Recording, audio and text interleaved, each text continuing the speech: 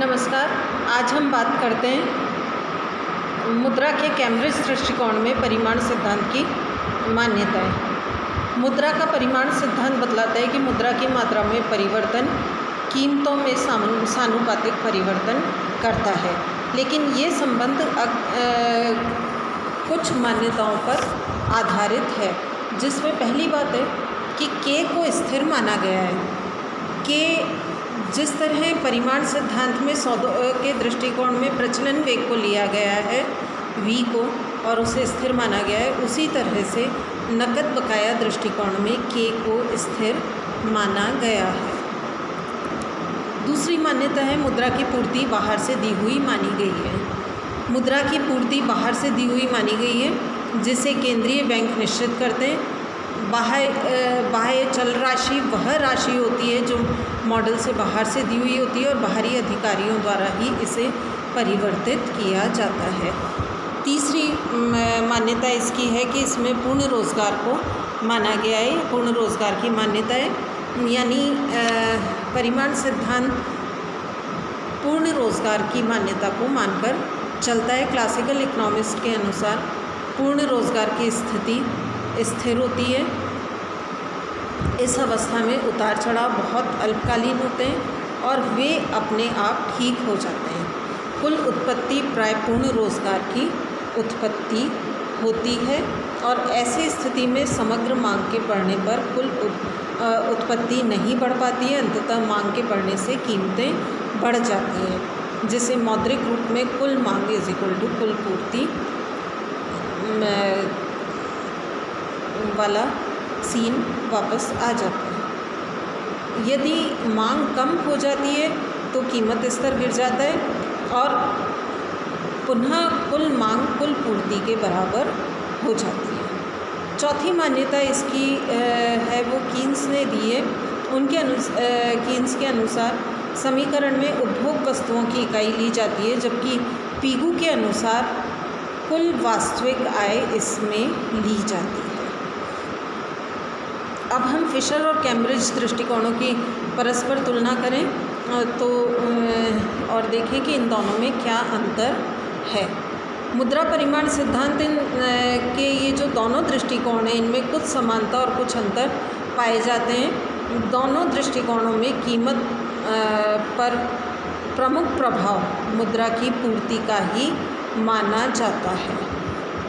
Fisher के दृष्टिकोण में जो समीकरण है वो है P is equal to mv/t, जबकि कैम्ब्रिज में रॉबर्टसन का समीकरण है P is equal to m/kt।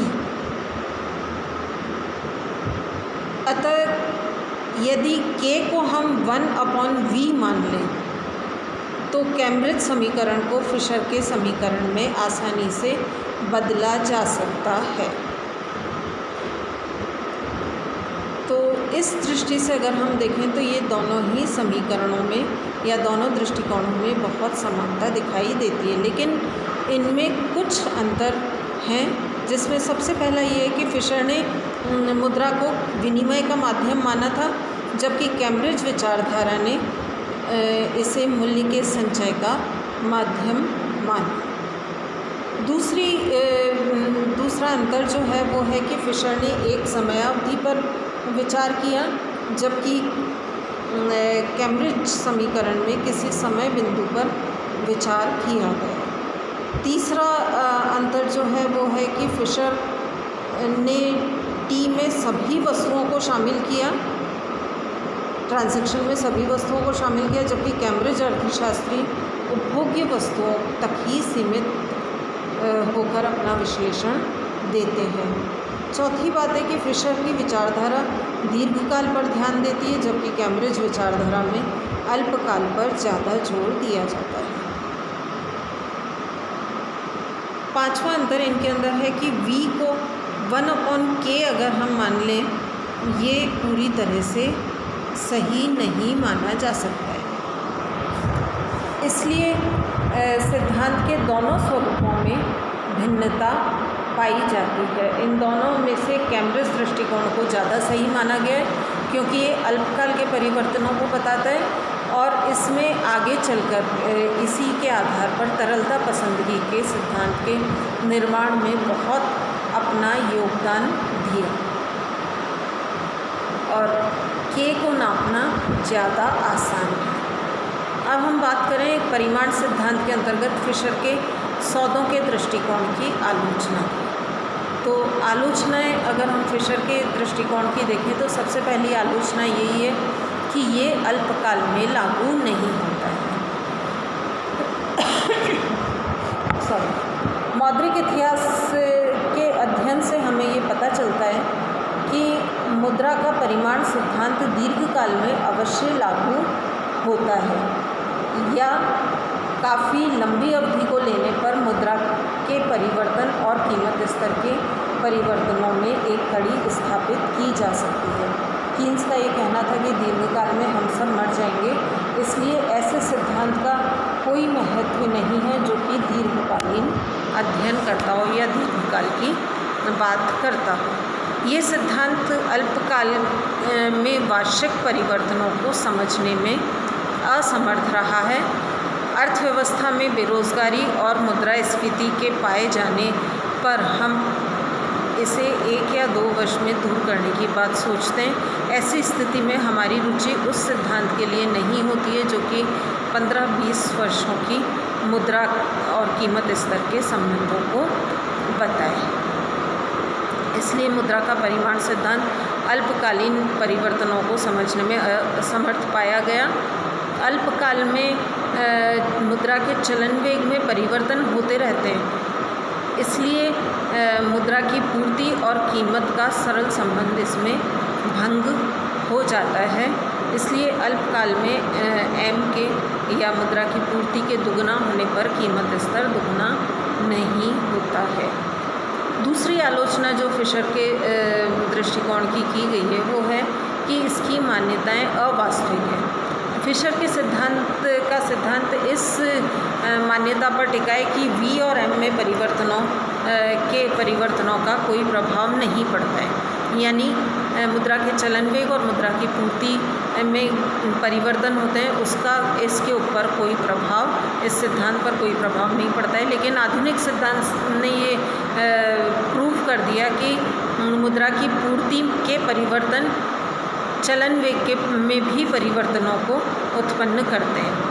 तो मुद्रा का चलन वेग, साख मुद्रा का चलन वेग और सौदे, इनको स्थिर मानना सही नहीं हो सकता है। अर्थव्यवस्था में मुद्रा की पूर्ति बढ़ने पर ट्रांजैक्शंस भी बढ़ते हैं, ट्रेड भी बढ़ता है, क्योंकि फालतू पड़े हुए या अप्रयुक्त उत्पादन के साधनों का उपयोग किया जाता है। इसलिए M और M1 का अनुपात भी स्थिर नहीं रहता है। इसलिए परिमाण सिद्धांत की विभिन्न मान्यताएं अवास्तविक होती हैं, जिससे इनके परिणाम भी अवास्तविक ही निकलते हैं। तीसरी आलोचना जो इसकी की जाती है वो ये है कि ये सिद्धांत पूर्ण रोजगार की स्थिति को मानकर चलता है, जिससे इसका उपयोग बहुत सीमित हो जाता है।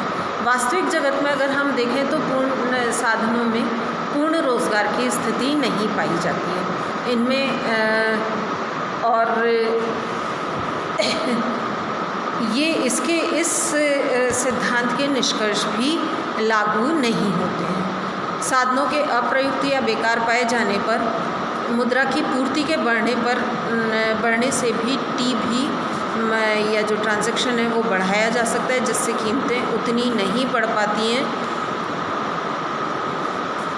जिससे कि जितनी उन्हें बढ़ना चाहिए। मान लीजिए अगर किसी देश में नई भूमि पर खेती करके उत्पादन को बढ़ाया जाता है तो मुद्रा की पूर्ति के बढ़ने पर कृषिगत उत्पादन बढ़ता है, इससे कीमतें या तो बढ़ती नहीं है या कम मात्रा में बढ़ती है। चौथी आलोचना इस सिद्धांत की जो की जाती है वो की जाती है कि इस सिद्धांत में मुद्रा की पूर्ति के परिवर्तन का प्रभाव तो कीमत स्तर पर बताया गया है, लेकिन कीमत स्तर के परिवर्तन का प्रभाव मुद्रा की पूर्ति पर नहीं बताया गया है, जिससे इस सिद्धांत की उपयोगिता बहुत सीमित हो जाती है। आजकल हम देखें तो कीमतों में वृद्धि की वजह से भी मुद्रा की पूर्ति बढ़ाई जाती है। इस प्रकार कीमतों में परिवर्तन होने से मुद्रा की पूर्ति में परिवर्तन होता है, जो कि इस सिद्धांत में एक्सप्लेन नहीं किया गया है। पांचवी आलोचना इस सिद्धांत की है कि इस सिद्धांत में मुद्रा की मात्रा के परिवर्तन का सीधा प्रभाव कीमत के परिवर्तन पर देखा जाता है, लेकिन आधुनिक मत इससे थोड़ा भिन्न है। कीन्स के सिद्धांत में मुद्रा की पूर्ति के बढ़ने से सबसे पहले ब्याज की दर घटती है, जिससे विनियोग बढ़ता है। विनियोग के बढ़ने से उत्पादन और आय बढ़ते हैं। उत्पादन लागत से संबंध होता है और लागत का कीमत से संबंध होता है। इस प्रकार आधुनिक मत में मुद्रा की पूर्ति का प्रभाव कई घुमावदार रास्तों से होता हुआ कीमतों तक पहुंचता है, जबकि मुद्रा परिमाण सिद्धांत में मुद्रा की मात्रा और कीमतों में प्रत्यक्ष और आनुपातिक संबंध माना गया है, जो कि व्यावहारिक नहीं है। नेक्स्ट आलोचना जो है इसकी वो है कि कीमतों की वृद्धि पर एकाधिकार की दशाओं, लागत वृद्धि के नियम व अन्य कारकों का भी प्रभाव पड़ता है, लेकिन मुद्रा के परिमाण सिद्धांत में इन पर कोई ध्यान नहीं दिया गया है। नेक्स्ट है, इस सिद्धांत में मुद्रा के प्रचलन वेग को स्वीकार किया गया, लेकिन वस्तुओं के प्रचलन वेग के प्रभाव को इसमें शामिल नहीं किया गया है। जिस प्रकार मुद्रा की एक इकाई एक वर्ष में कई हाथों से होकर गुजरती है, उसी प्रकार वस्तुएं भी उत्पादकों से थोक विक्रेताओं और उनसे खुदरा विक्रेताओं आदि कई हाथों से होकर गुजरती है। इसलिए इस बात पर भी गौर किया जाना आवश्यक है।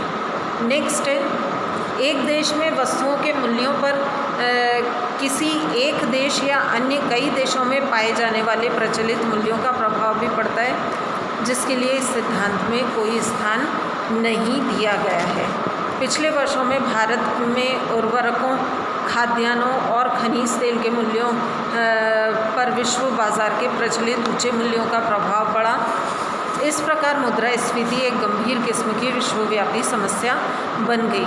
विश्व की अर्थव्यवस्थाओं के परस्पर एकीकरण से उन कीमतों में भी एकीकरण की प्रवृत्ति मौजूद हो गई। नेक्स्ट, सामान्य मूल्य स्तर या देश में मूल्य स्थिति पर माल के संग्रह का भी प्रभाव पड़ता है। उत्पादन बढ़ने पर भी अगर व्यापारी अनुचित रूप से अपने माल को स्टोर करके रख ले तो वस्तुओं के मूल्य बढ़ जाते हैं। भारत में इस तरह से कई बार ऐसा हुआ है कि माल संग्रह से मुद्रास्फीति और महंगाई एक बहुत बड़ा कारण रही है, लेकिन मुद्रा परिमाण सिद्धांत में इसकी कोई बात नहीं की गई है। नेक्स्ट है, फिशर का समीकरण एक स्वयं सिद्ध बात है, क्योंकि मुद्रा की पूर्ति और मुद्रा की मांग बराबर होती है और इसे एक आइडेंटिटी कहा गया है, इसलिए इसका बहुत विशेष महत्व नहीं रह जाता है। ये तो हमने आलोचनाएं देखी फिशर के सिद्धांत की। अब हम बात करें कैम्ब्रिज के सिद्धांत की। तो कैम्ब्रिज दृष्टिकोण या नकद बकाया दृष्टिकोण की मुख्य आलोचनाएं अगर हम देखें तो सबसे पहली आलोचना ये है कि इसमें इन्होंने अपने इस स्टडी को सिर्फ उपभोग्य वस्तुओं तक ही सीमित कर दिया, जो कि जिससे कि इस सिद्धांत का महत्व कम हो गया। वास्तविक जगत में अगर हम देखें तो उपभोग वस्तुओं के अलावा भी कई वस्तुएं होती हैं जिनको इसमें शामिल नहीं किया गया है। दूसरी बात है कि इसमें विभिन्न प्रकार की बैंक जमाओं जैसे चालू जमाएँ हैं, बचत जमाएँ हैं, स्थिर जमा राशि है, इनके बदलते हुए अनुपातों पर ध्यान नहीं दिया गया है। फिर एक आलोचना इसकी ये भी की जाती है कि इसमें इन्होंने सौदे की मांग नकद बकाया के लिए तो इन्होंने पैसा रखने की बात की या मुद्रा की मांग जो की वो सट्टे के उद्देश्य से नहीं की, इससे ब्याज दरों में होने वाले परिवर्तनों को नहीं समझा पाए। फिर इसमें के का प्रभाव तो नकद कोषों के ऊपर स्वीकार किया गया, लेकिन वास्तविक स्थिति ये है कि मुद्रा की मात्रा में परिवर्तन से वास्तविक आय और के दोनों ही प्रभावित होते हैं। नेक्स्ट आलोचना इसकी है कि ये अर्थव्यवस्था के प्राविधिक परिवर्तनों को नहीं समझा पाया और इसने अपना ध्यान सिर्फ तुलनात्मक स्थितिकी के तक ही सीमित रखा। और अंतिम आलोचना जो इसकी की जाती है वो ये है कि इस पर भी परिमाण सिद्धांत के 14 दृष्टिकोणों की अधिकांश आलोचनाएं लागू होती हैं, जो कि इन्होंने स्थिर जिनको माना है, इनकी मान्यताएं जो हैं उसके आधार पर